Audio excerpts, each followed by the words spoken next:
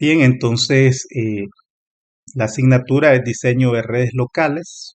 Ya vimos los objetivos. Mencionábamos elaborar instrumentos de recopilación de información con el propósito de aplicarlos en las fases de inspección en sitio y en un proyecto de cableado estructurado, interpretar las especificaciones técnicas establecidas por ANSI, TIA e IA en lo correspondiente a la instalación y certificación del cableado estructurado para aplicarlo según pues sea el caso, y aplicar sus capacidades de organización, investigación, lectura y análisis crítico de la información, aplicándolas a situaciones y problemáticas concretas planteadas en el marco de la asignatura. Entonces, el contenido de esta asignatura, ya mencionábamos que son 4 unidades.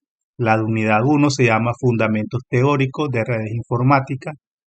La unidad 2, Análisis de Requerimientos. La unidad 3, Sistemas de Cableado Estructurado.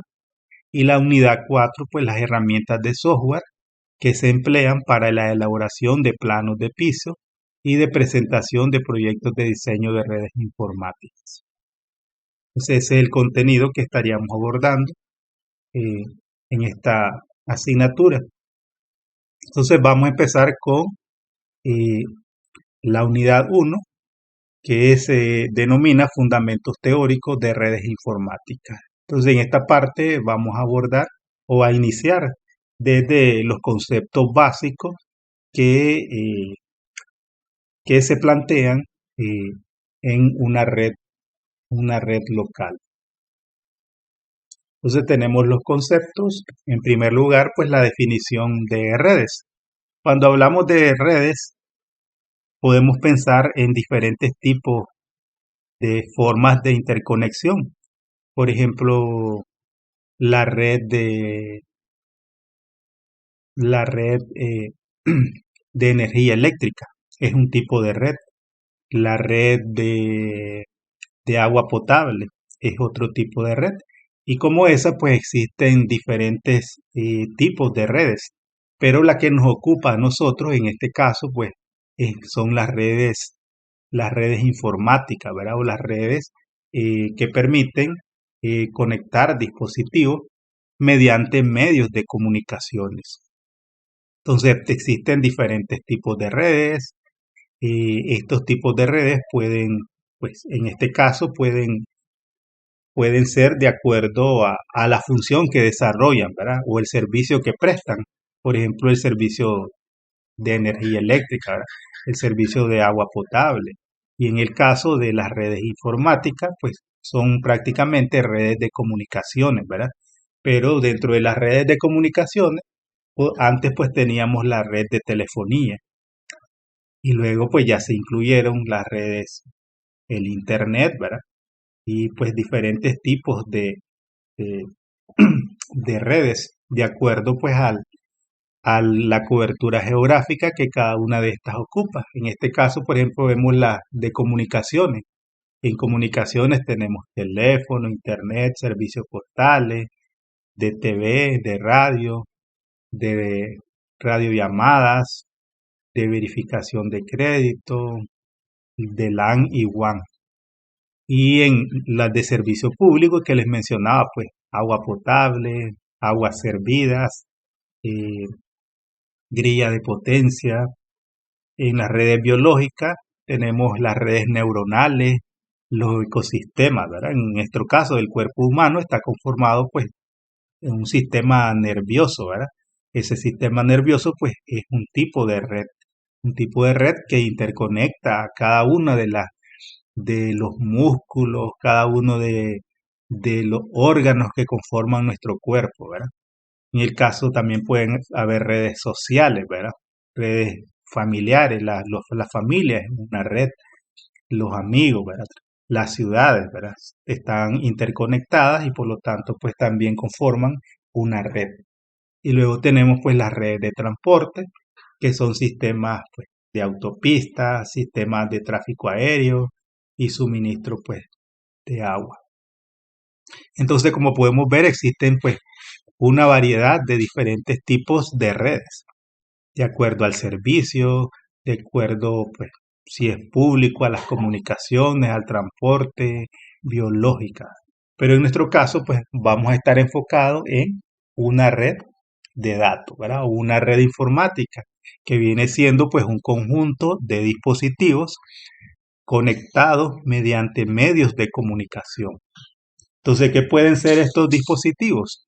Pueden ser switches, pueden ser routers, pueden ser equipos de seguridad y se interconectan a través de un medio físico o un medio no físico. Podría ser fibra óptica, puede ser un medio de cobre o puede ser un medio inalámbrico para la interconexión como radiofrecuencia, como, como infrarrojo, una comunicación satelital. Entonces existen diferentes pues, tipos de medios que nos permiten interconectar a estos dispositivos. Entonces ya ahondando un poco más en la red informática, es una red de computadoras que también es llamada red de ordenadores o red de información, donde un conjunto de equipos conectados por medio de cables, señales, ondas o cualquier otro tipo de forma o método de transporte de datos que comparten información, pueden ser archivos, recursos y servicios. Entonces, a través de una red nos permite poder compartir información. Podemos compartir archivos, podemos compartir recursos y podemos compartir servicios, como por ejemplo el acceso a Internet, el envío de email, las conversaciones a través de mensajería o hasta incluso poder desarrollar eh, aplicaciones de entretenimiento. Entonces todo eso nos permite pues una red informática. En el caso de las redes informáticas, eh, básicamente podemos tener dos tipos de redes. Podemos tener las redes cliente-servidor y podemos tener pues las redes punto a punto. Una red punto a punto, que es la que vemos aquí a la derecha, ¿verdad? Generalmente se conoce como red de grupo de trabajo. En este caso, este tipo de red eh, tiene algunas limitaciones en cuanto a la cantidad de dispositivos que se van a interconectar. Eh, en este tipo de red generalmente se le conoce como una red de grupo de trabajo, donde cada uno de los dispositivos gestiona de manera descentralizada los servicios que pone a disposición. Entonces cada equipo puede funcionar como cliente o puede funcionar como servidor. Puede hacer ambas funciones de manera simultánea. Entonces, en este caso, por ejemplo, esta computadora que tiene una impresora conectada funciona como un servidor de impresión para esta otra o esta segunda computadora. Entonces, para esta PC, para la PC que está más a la derecha, entonces esta le presta un servicio, que es el de servicios de impresión. Pero en este caso, pues este servicio se maneja de manera descentralizada. Entonces, uno de los problemas de las redes de grupo de trabajo o redes punto a punto es que al tener descentralizado la gestión de cada uno de esos dispositivos, entonces para la administración, para los técnicos que van a estar a cargo del soporte y el mantenimiento de esta red, entonces puede ser un trabajo arduo, porque aplicar la aplicación de políticas de seguridad tendrían que hacerse manualmente. Si tienen 300 computadoras, entonces aplicar un cambio en una política de seguridad, entonces tendría que irse a aplicar a todos los dispositivos. Entonces es un proceso más complejo y por lo tanto puede incurrir pues en deficiencia en el proceso de administración de la red. En el segundo modelo de redes, que son las redes cliente-servidor, en este caso pues vamos a tener eh, separada eh, quiénes son clientes y quiénes son servidores. Entonces no vamos a tener pues en un mismo dispositivo eh, las funciones de servicio. En este caso, por ejemplo, tenemos un servidor de archivo, tenemos un servidor web y tenemos un servidor de correo, ¿verdad? Y luego tenemos los clientes. Cada uno de los clientes puede acceder a los recursos que él necesita pues acceder. Entonces, en este sentido, por ejemplo, la administración de una red cliente-servidor se vuelve pues una tarea centralizada. Poder administrar una red cliente-servidor nos permite poder gestionar de una manera más eficiente eh, pues las funcionalidades de la red. Por ejemplo, en las redes clientes-servidores, son redes donde ya vamos a contar con un equipo, por ejemplo, de dominio activo, un Active Directory, que es el que va a controlar, por ejemplo, quiénes van a tener acceso a la red. Y estos accesos pueden hacerse a través de usuarios y contraseñas. Y esos usuarios y esas contraseñas están configuradas en el directorio activo.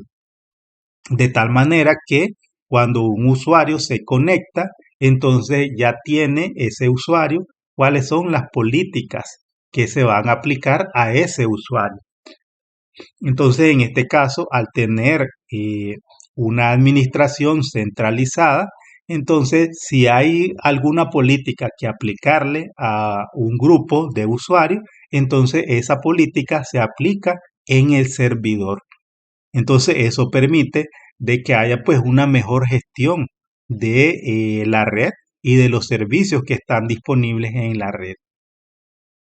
Ahora, el problema con las redes cliente-servidor es que para hacer una implementación de este tipo se requiere hardware y software especializado. Entonces, si yo voy a, por ejemplo, a implementar un servidor de archivo o un servidor web, entonces tengo que tener un hardware que sea para servidor. Si quiero pues que ese servicio funcione de manera eficiente. Pero entonces ese requerimiento incurre en costos económicos. Incurre en costos económicos porque no es lo mismo comprar un equipo para computadora de cliente que un equipo para servidor. Suele ser más costoso. Y de igual forma, el sistema operativo que voy a utilizar aquí no es el mismo que utilizo pues en un equipo cliente y por lo tanto pues también tiene un costo mayor el de licenciamiento, ¿verdad?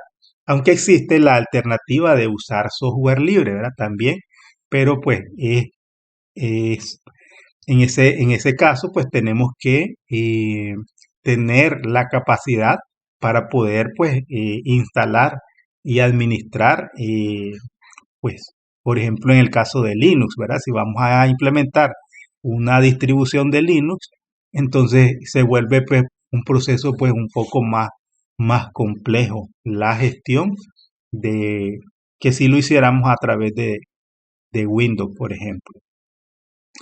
El otro problema de las redes cliente-servidor es que si el servicio falla, ¿verdad? Si el hardware del servicio falla, entonces pues nos quedamos sin ese servicio, ¿verdad?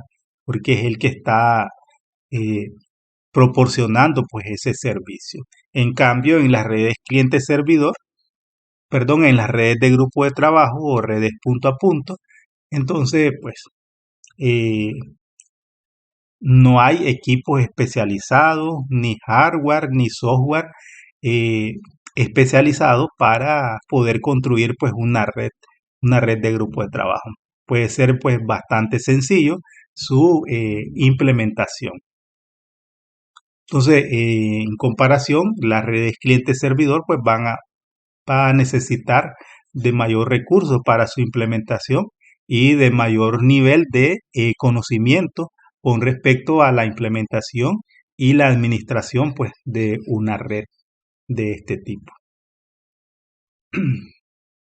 Entonces, caemos pues al concepto de redes de comunicaciones. Una red de comunicaciones es un conjunto de medios técnicos que permiten la comunicación a distancia entre equipos autónomos. Entonces, eso es lo que pues, nos va a permitir una red de comunicaciones, que podamos interconectarnos con otros dispositivos. Y cada uno de estos dispositivos pues funciona de manera autónoma. Entonces veamos los componentes de las redes. Generalmente, cuando hablamos del diseño de una red, generalmente un diseño se basa en un sinnúmero de símbolos, símbolos que utilizamos para poder representar cada uno de los elementos que conforman una red. Cuando veamos la parte de cableado estructurado, que está descrito pues en esta asignatura, entonces ahí también pues vamos a recurrir al uso de simbología para poder hacer representaciones de los elementos que vamos a plasmar dentro del diseño.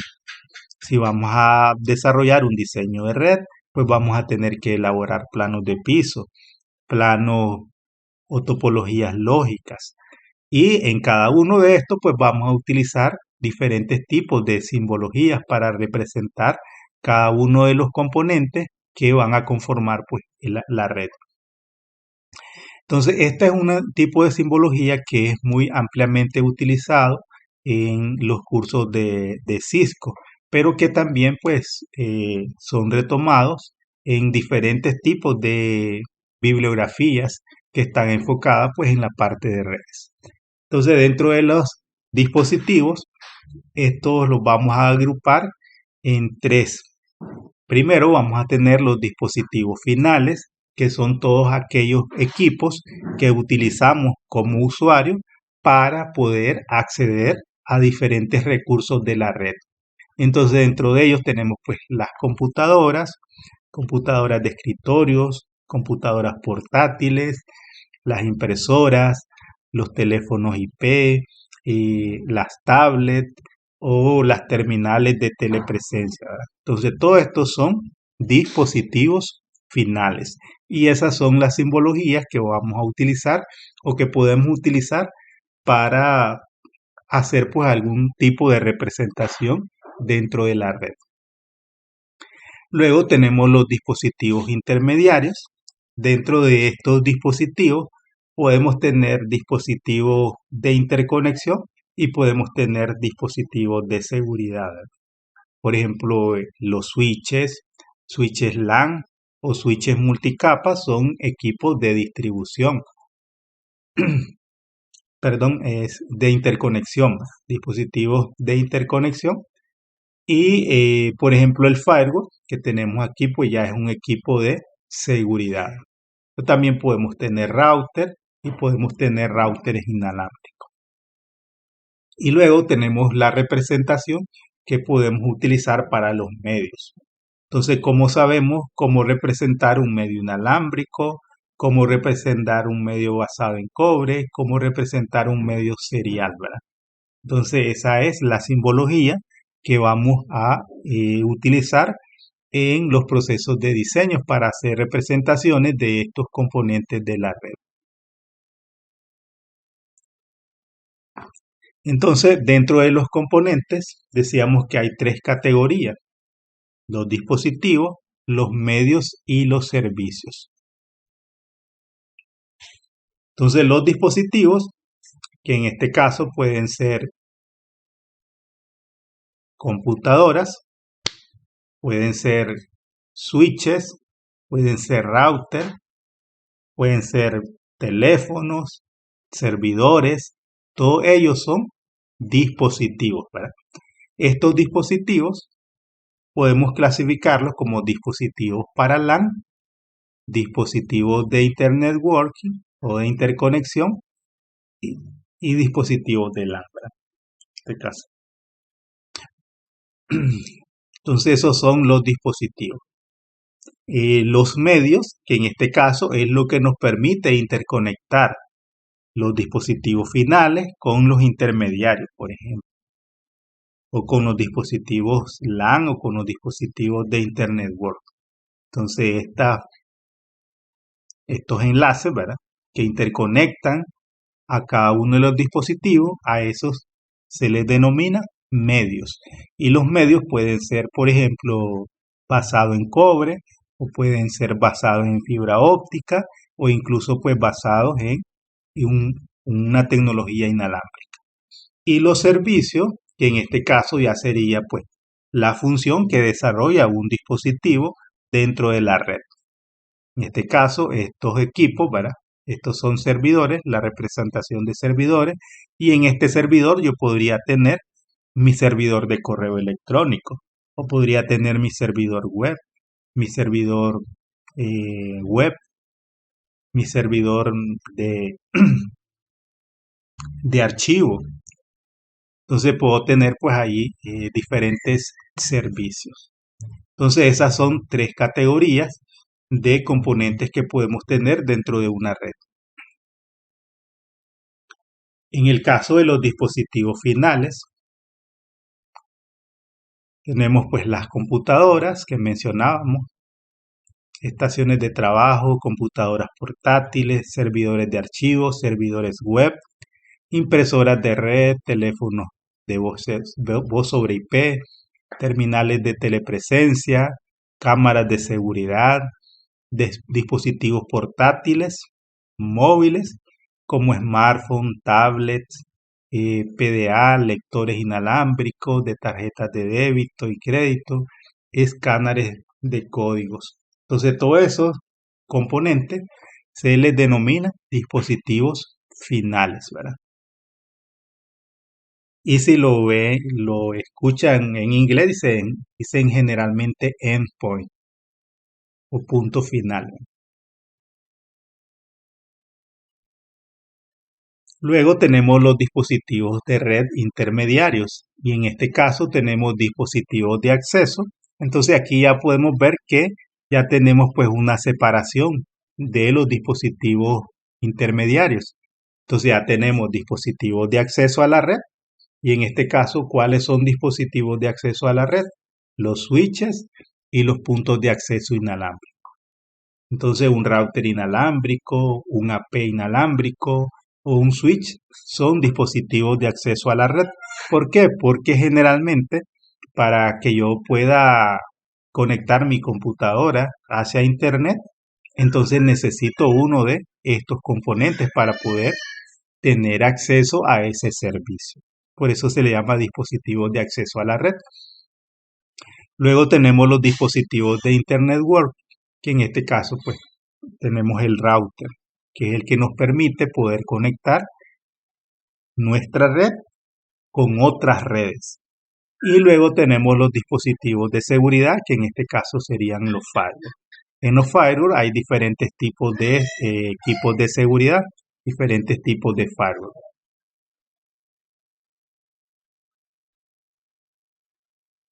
Los dispositivos de infraestructuras de redes.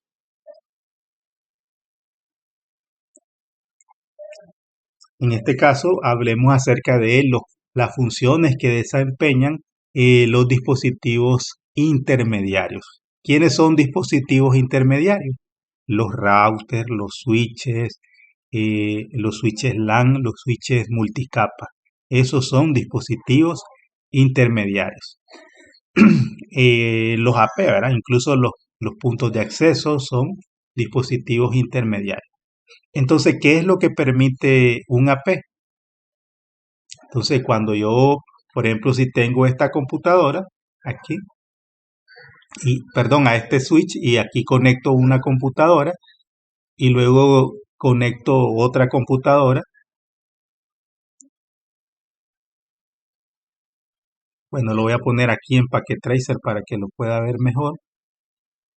Entonces, si yo tengo aquí un switch y conecto dos PC aquí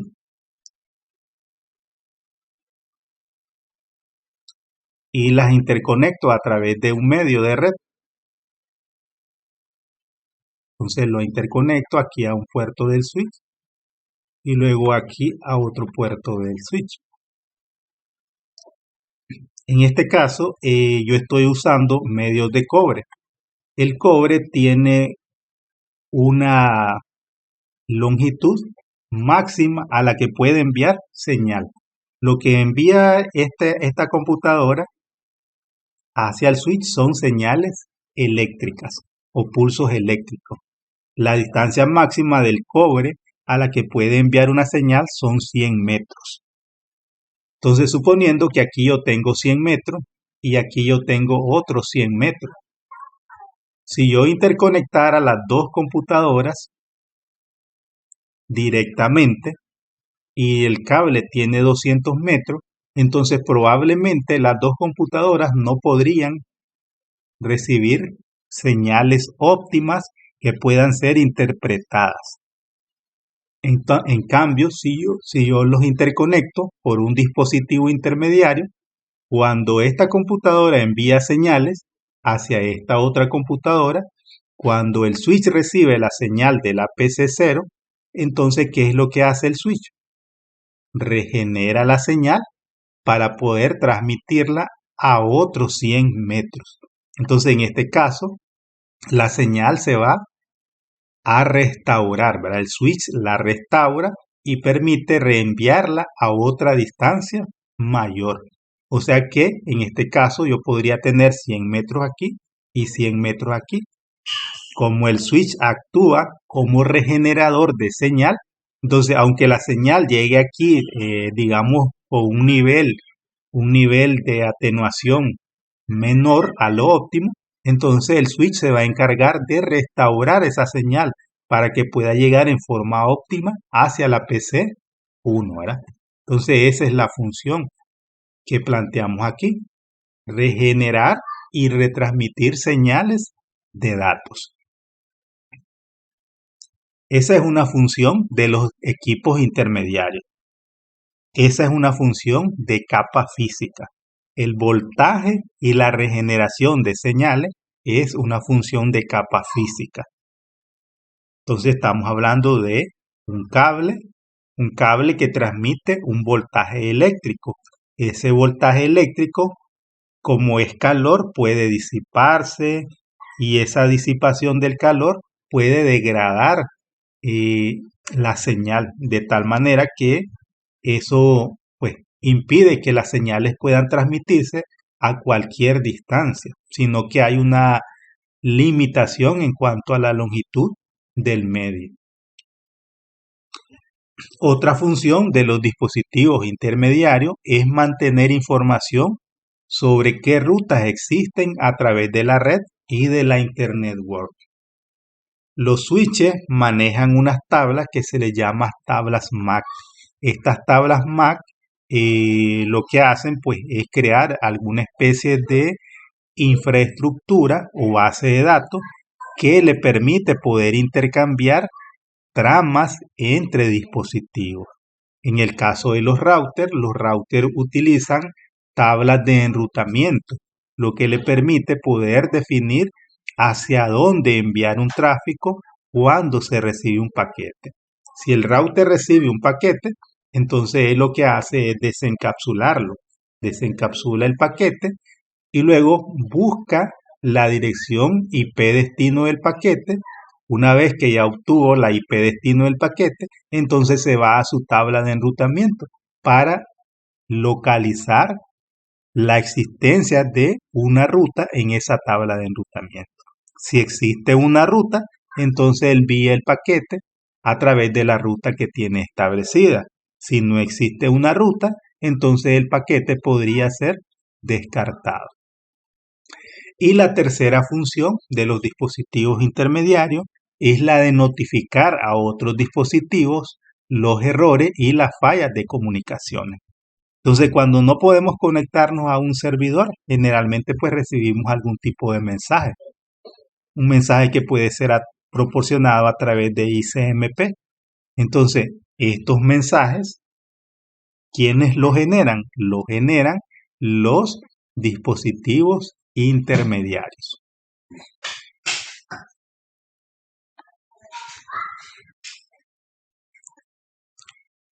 Otras funciones de los dispositivos intermediarios es direccionar datos por rutas alternativas cuando existen fallas en un enlace.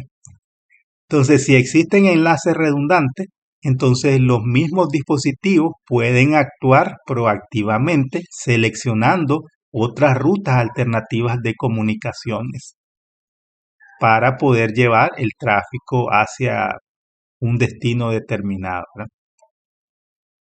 Clasificar y direccionar mensajes según las prioridades de calidad de servicio. Eso lo pueden hacer también a nivel de switches, a nivel de router. Uno puede eh, establecer colas de prioridades para definir qué tráfico va a tener prioridad, ¿verdad? Generalmente el tráfico de voz va a ser el que va a tener la prioridad más alta. Entonces eso se puede hacer implementando pues políticas de calidad de servicio y se puede hacer a través de dispositivos intermediarios y permitir o denegar el flujo de datos en base a configuraciones de seguridad. Entonces, por ejemplo, si yo tengo aquí una topología de Packet Tracer,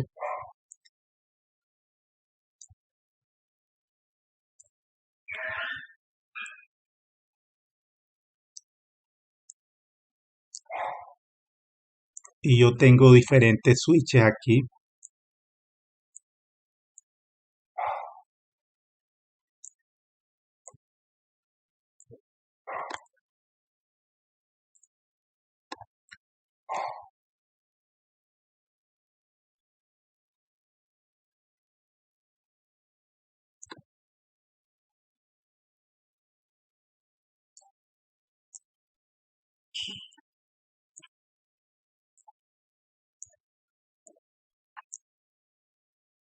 entonces aquí, por ejemplo, para que se comunique la PC0 con la PC1, entonces existen dos rutas de comunicación. Pudiéramos tener la ruta 1 de la PC0 al switch 1, al switch 2 y luego al switch 0 y luego a la PC1. Esa sería una ruta de comunicación. Y una segunda ruta sería de la PC0 al switch 1, luego al switch 0 y luego a la PC1. Ese sería pues otra ruta aquí. Esa es una ruta y una segunda ruta por abajo. Entonces, hay una ruta que es la preferida. Pudiéramos decir que la preferida es la que tiene pues, menos enlace. Aquí tenemos un enlace 2, 3. Por abajo tenemos 1, 2, 3, 4. Entonces tal vez el preferido es este de aquí arriba. Pero ¿qué pasa si yo desconecto la conexión entre el switch 1 o el switch 0? Entonces automáticamente el equipo intermediario va a crear o a buscar una nueva alternativa de comunicación. De tal manera que si yo desconecto este enlace, entonces automáticamente los equipos intermediarios van a buscar una nueva alternativa de comunicación, ¿verdad? Esa es función de los dispositivos intermediarios. Bien. Ahora hablemos de los medios de red. La comunicación a través de una red es transportada por un medio. El medio proporciona el canal por el cual viaja el mensaje desde el origen hasta el destino. El medio puede ser inalámbrico, puede ser un cable UTP, puede ser fibra óptica o puede ser pues cualquier otro medio inalámbrico. Entonces básicamente cuando desarrollamos o implementamos redes, o cuando hacemos el diseño, nosotros proponemos cuál es el tipo de medio que vamos a utilizar. Si voy a utilizar un medio basado en cobre, si voy a usar fibra óptica o si voy a usar un medio inalámbrico.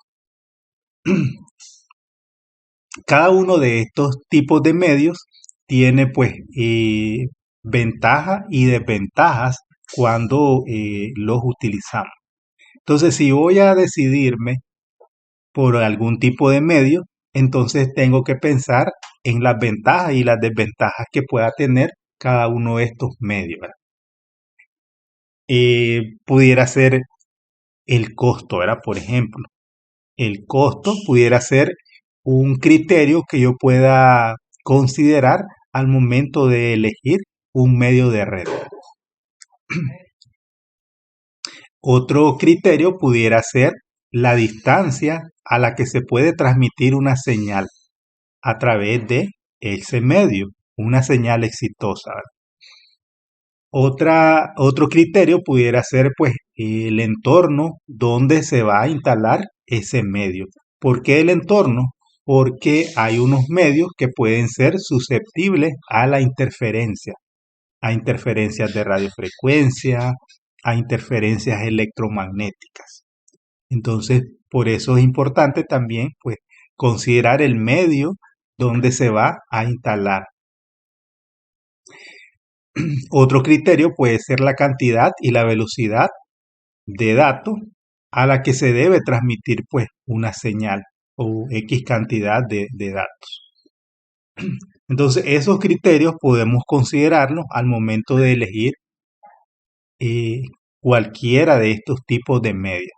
Entonces, por ejemplo, eh, en base al costo, si comparamos un medio inalámbrico con cable UTP o con fibra óptica, ¿cuál sería el más barato?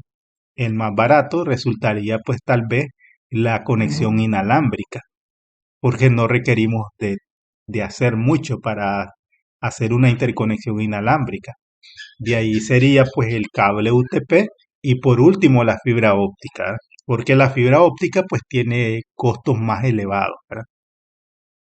Esa sería pues el orden en orden de preferencia, ¿verdad? Basado en el costo del medio.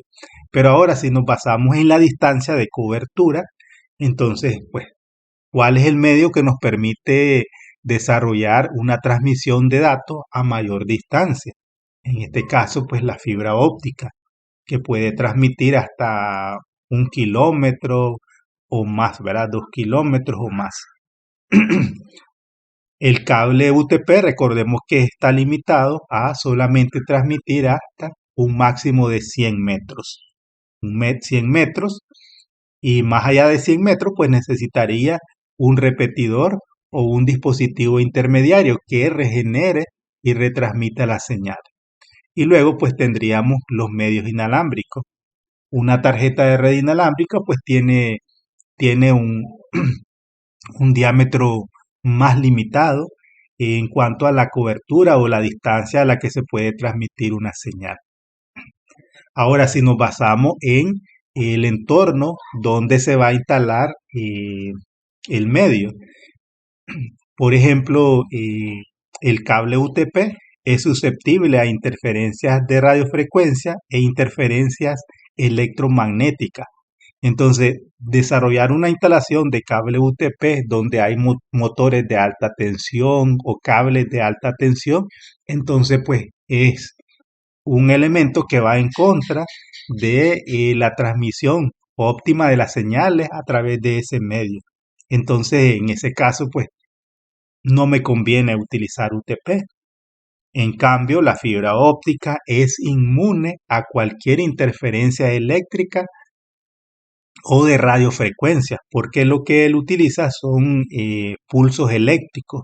Entonces, por lo tanto, no se ve afectada por ningún tipo de interferencia eléctrica o de radiofrecuencia. En el caso de las redes inalámbricas, por ejemplo, la cobertura puede disminuirse si existen paredes de concreto.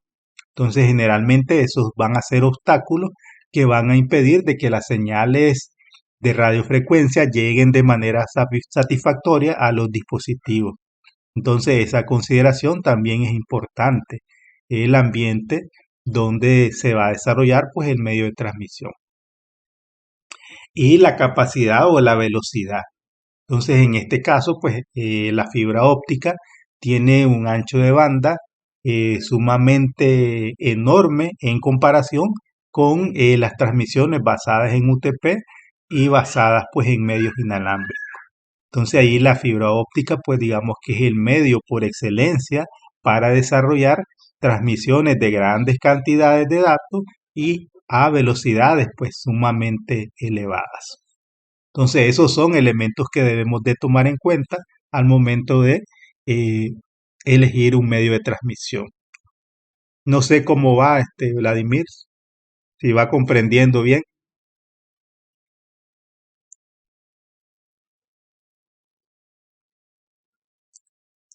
Está bien.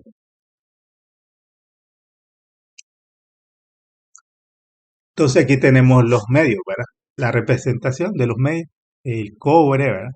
Cuando hablamos de cobre, no solamente existe UTP, ¿verdad? Sino que existe cable coaxial, existe cable STP también.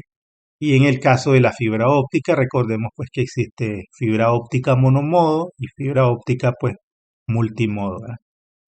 Y pues los medios de acceso inalámbricos pueden ser pues una tarjeta de red, puede ser un access point, puede ser un router equipado pues con antenas para desarrollar transmisiones de señales inalámbricas. Bien, las redes confiables. Entonces, cuando vamos a diseñar una infraestructura de red, entonces debemos pensar en cuál es el tipo de arquitectura y que debo de utilizar para hacer pues una red que sea satisfactoria para soportar cargas de trabajo en cuanto a velocidad de transmisión y crecimiento de la red, ¿verdad? Y en este sentido, cuando nosotros diseñemos una arquitectura de red, entonces se refiere a las tecnologías que admite la infraestructura que mueve los datos a través de la red. Existen cuatro características básicas que las arquitecturas subyacentes deben abordar para cumplir con las expectativas de usuario. Entonces, si vamos a diseñar una red, esta red debe ser tolerante a las fallas. ¿Qué quiere decir tolerante a las fallas? En el caso del ejemplo que le mostraba de los switches, ¿verdad? Teníamos enlaces redundantes o interconexiones redundantes entre los switches que mostrábamos aquí.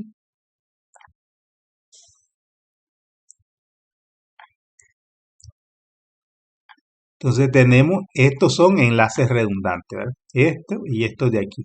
¿Qué pasa cuando uno de estos enlaces falla? Entonces se crea una nueva alternativa, ¿verdad? Entonces automáticamente los equipos siguen enviando los datos por otra ruta de comunicación. Esa es tolerancia a las fallas.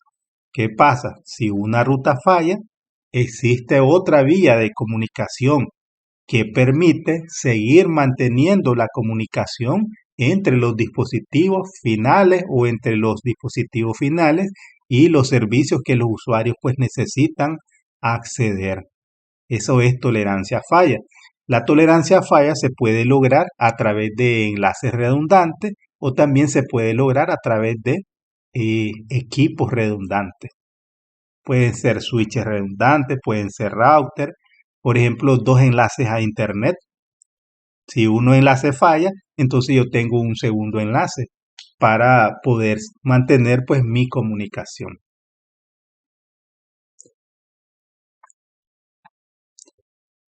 Eh, el segundo principio en el que se debe construir pues una infraestructura de red confiable es la escalabilidad.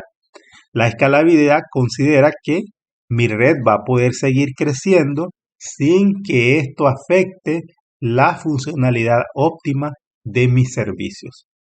Entonces, cuando nosotros vayamos a diseñar una red, esta debe tener la capacidad de poder seguir creciendo. A nivel de escalabilidad pudiera ser. ¿Qué pasa si yo voy a instalar una red y mi red voy a tener 40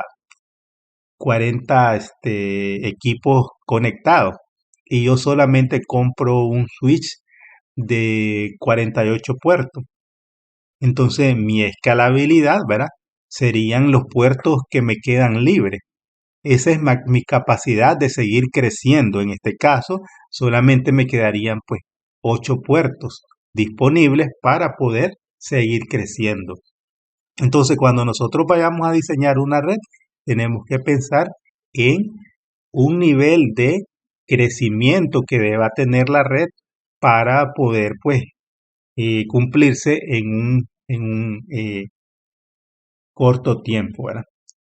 Entonces, a 3 años, ¿cuál es mi capacidad de crecimiento que yo puedo tener, ¿verdad? La proyección, ¿verdad? Eh,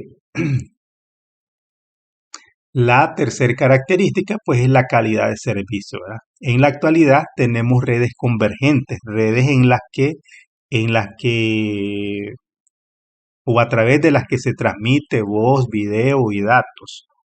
Entonces, ¿de qué manera podemos garantizar de que la voz se envíe de manera satisfactoria? Y cuando nosotros hacemos tal vez llamadas o nos conectamos a una videoconferencia, que podamos pues comunicarnos de manera satisfactoria. Entonces, eso se logra aplicando políticas de calidad de servicio. Entonces, los dispositivos que vayamos a utilizar, pues si tenemos una red convergente, entonces deben ser capaces de poder soportar la configuración de políticas de calidad de servicio. Y la cuarta característica, pues es la seguridad, ¿verdad? La seguridad es un factor primordial en la actualidad para resguardar la información de las diferentes amenazas que puedan surgir y que puedan pues afectar nuestra información o nuestros servicios. Entonces aquí hablamos un poco más en detalle de la tolerancia a fallas. Una red con tolerancia a fallas disminuye el impacto de una falla al limitar la cantidad de dispositivos afectados. Para la tolerancia a fallas se necesitan varias rutas, que es lo que vemos aquí.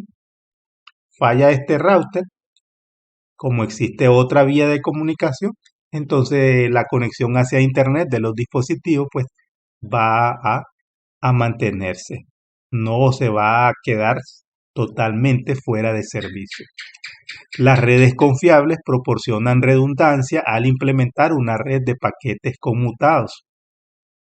La conmutación por paquetes divide el tráfico en paquetes que se enrutan a través de una red. En teoría, cada paquete puede tomar una ruta diferente hacia el destino.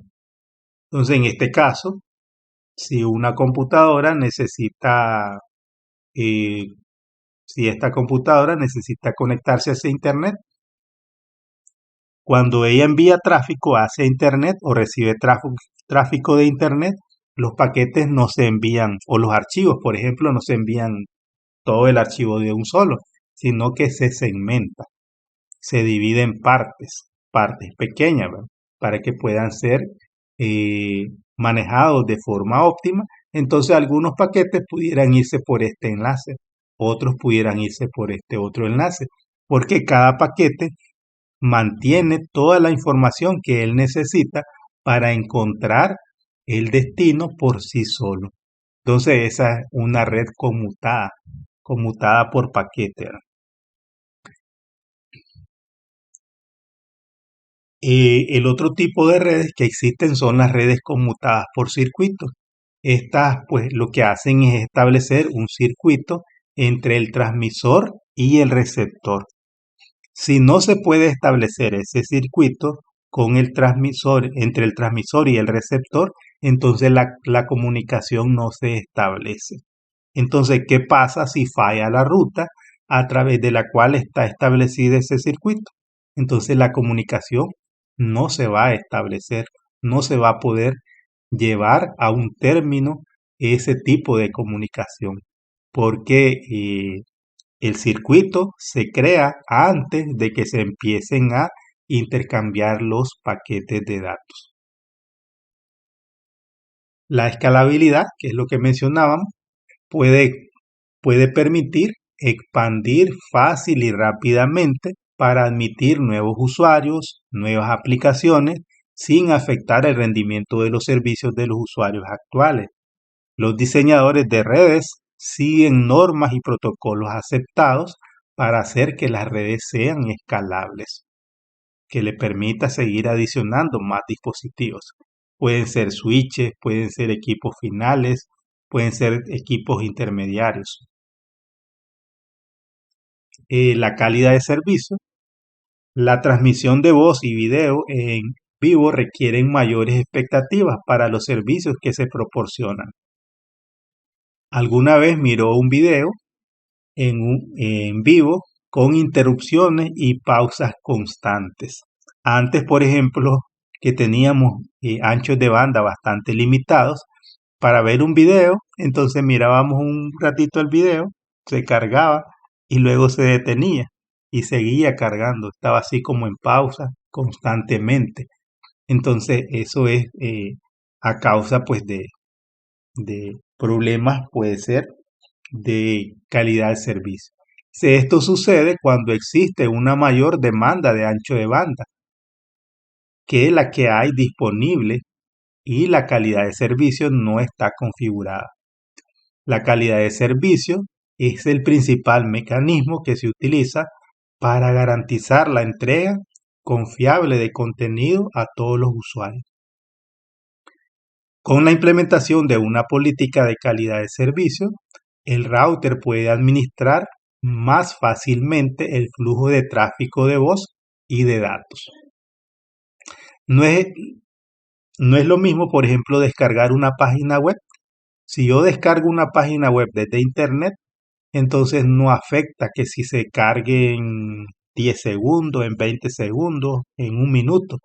Pero en una llamada telefónica, ¿qué pasa si hay mucho retardo entre las llamadas? Entonces no vamos a poder establecer una comunicación satisfactoria. No voy a poder entender qué es lo que me está comunicando el otro interlocutor. Entonces, para que haya una comunicación satisfactoria, entonces se deben implementar políticas de calidad de servicio que regulen eh, quién tiene la prioridad para poder transmitirse primero, ¿verdad? En este caso, la voz y el video deberían de tener prioridad sobre el tráfico de datos porque son susceptibles a la latencia. Si hay demasiado de latencia, entonces no va a poder haber una comunicación satisfactoria. No vamos a poder entender.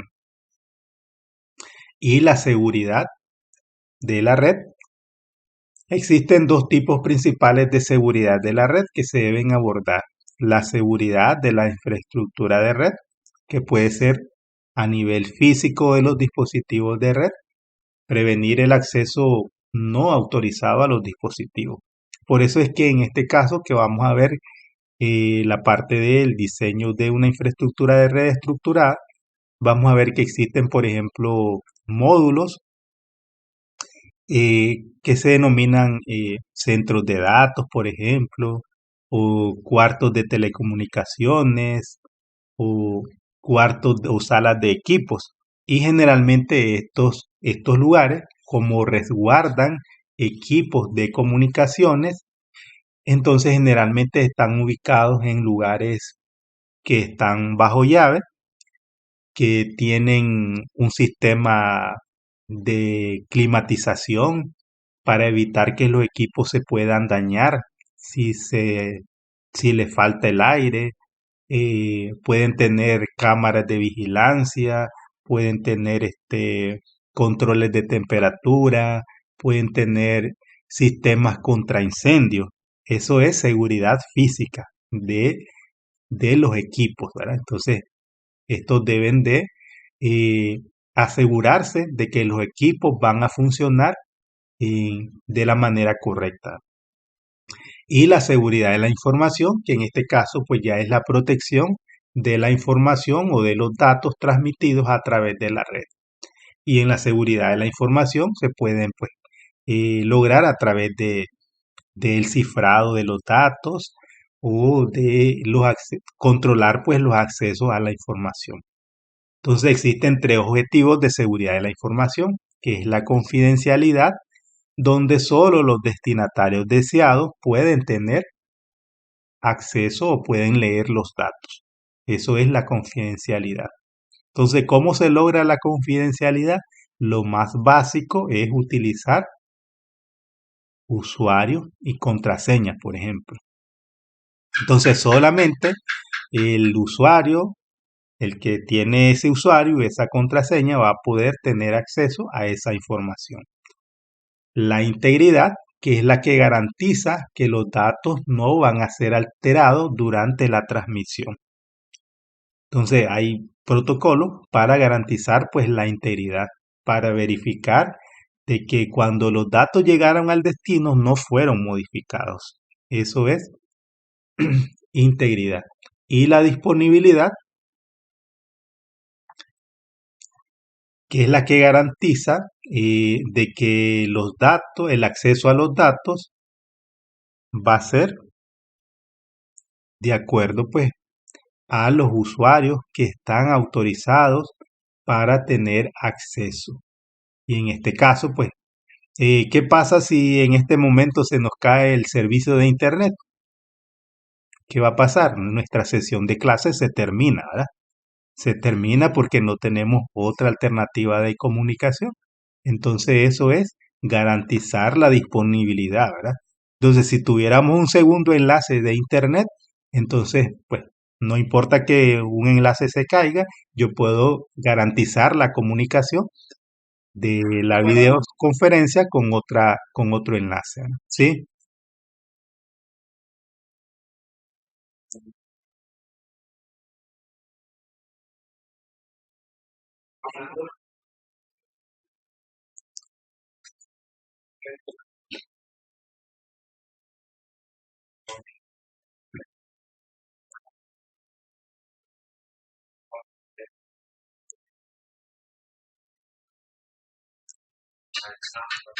Ujú.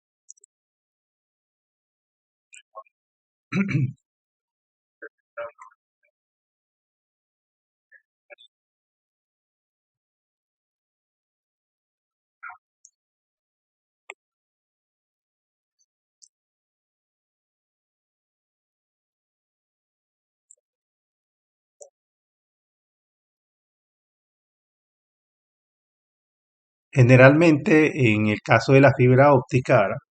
Es un medio que es más estable, ¿verdad? Por ejemplo, le pongo en mi trabajo, antes tenemos una intranet, ¿verdad? Tenemos un proveedor al que le contratamos enlaces de datos. Esos enlaces de datos los interconectábamos utilizando tecnología DSL, que es una tecnología pues basada en cobre. Entonces, ¿qué pasaba con DSL, verdad? Cuando habían tormentas eléctricas, de seguro se quemaba alguna tarjeta de los modem DSL, ¿verdad?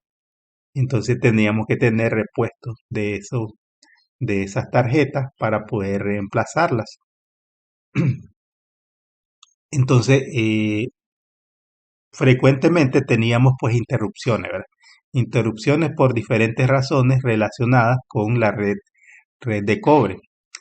Luego se cambió a fibra óptica, ¿verdad? Se cambiaron todos esos enlaces a fibra óptica y ahora solo cuando hay algún corte de fibra óptica, ¿verdad?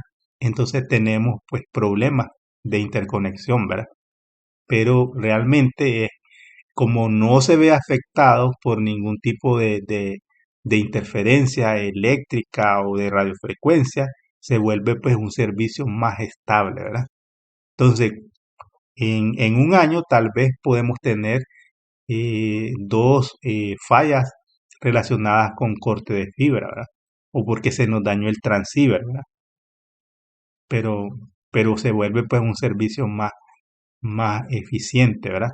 Más estable para garantizar pues una comunicación que sea más satisfactoria, ¿verdad?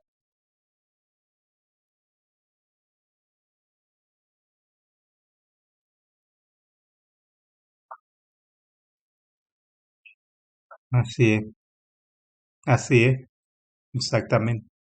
El único problema era de la fibra óptica es que pues más difícil de hacer las instalaciones y se requieren de equipos pues más sofisticados para poder pues hacer para hacer una fusión de fibra o un empalme de fibra óptica. Por ejemplo, cuando hay esos cortes de fibra, entonces se requiere pues equipos más especializados y por lo tanto son equipos que son más costosos y pues la manipulación de fibra óptica por sí sola pues es un proceso más complejo que si lo hiciéramos con un cable de cobre, ¿verdad?